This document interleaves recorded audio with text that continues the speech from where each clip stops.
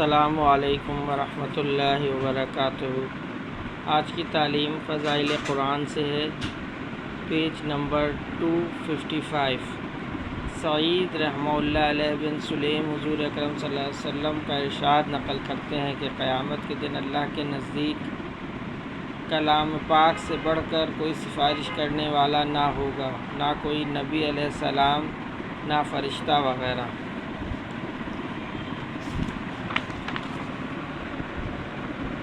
کلام اللہ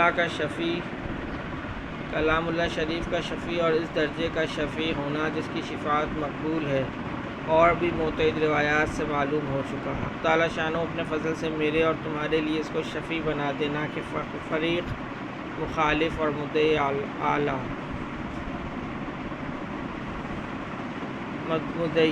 لعلِ مصنوعہ نام کتاب میں بازار کی روایت سے نقل کیا ہے، اور وضع کا حکم بھی اس پر نہیں لگایا کہ جب آدمی مرتا ہے تو اس کے گھر کے لوگ تجہید و تکفین میں مشغول ہو جاتے ہیں، اور اس کے سرحانے نہایت حسین و جمیل صورت میں ایک شخص ہوتا ہے۔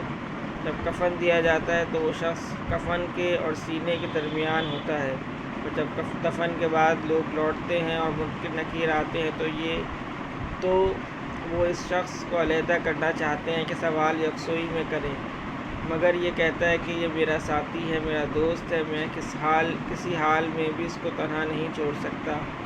تم سوالات کے اگر مأمور ہو تو اپنا کام کرو، میں اس وقت تک اس سے جدا نہیں ہو سکتا کہ جنت میں داخل کراؤں۔ اس کے بعد وہ اپنے ساتھی کی طرف متوجہ ہو کر کہتا ہے کہ میں ہی وہ قرآن ہوں جس کو تم کبھی بلند پڑھتے تھے اور کبھی آہستہ۔ تو بے فکر رہ، منکر نکیر کے سوالات کے بعد تجھے کوئی غم نہیں۔ اس کے بعد جب وہ اپنے سوالات سے فارغ ہو جاتے ہیں تو یہ ملائے اعلیٰ سے بستر وغیرہ کا انتظام کرتا ہے جو ریشم کا ہوتا ہے اور اس کے درمیان مشک بھرا ہوا ہوتا ہے۔ تعالیٰ شانہ اپنے فضل سے مجھے بھی نصیب فرماوے اور تمہیں بھی۔ یہ حدیث بڑے فضائل پر شامل ہے جس کو تطویل کے خوف سے مختصر کر دیا ہے۔ اور بھائی دوستو، جو کچھ پڑھا اور سنا کہ اللہ تعالیٰ ان سب باتوں کو پڑھنے اور سننے سے زیادہ عمل کرنے کی توفیق نصیب فرما دے اور ان تمام باتوں کو دوسروں تک پہنچانے والا بنا دے۔ اللہ پاک نے یہ نبیوں والا کام میری، آپ کی اور تمام عالم کے تمام مسلمانوں کی ذمہ داری لگائی ہے۔ خود بھی ان سب باتوں کو سیکھے، عمل کریں اور دوسروں کو بھی اس کی دعوت دیں۔ اللہم صلی علی محمد وعلی آل محمد۔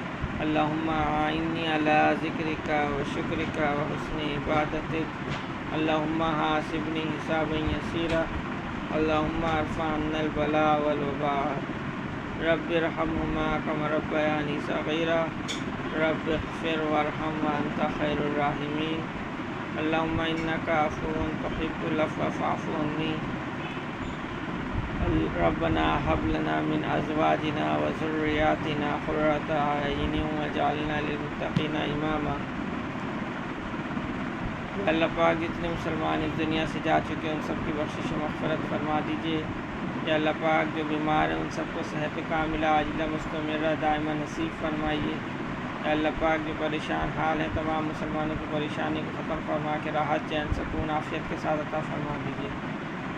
یا اللہ پاک ہمارے گناہوں کو معاف فرما دیجیے۔ یا اللہ پاک ہم سب کو ہدایت نصیب فرمائیے۔ یا اللہ پاک ہمارے گناہوں کو معاف فرما دیجیے۔ یا اللہ پاک ہمیں ہر قسم کے ناگہانی سے ہم سب کی حفاظت فرمائیے۔ سبحان ربک رب العزت عما یصفون وسلام علی المرسلین والحمد للہ رب العالمین۔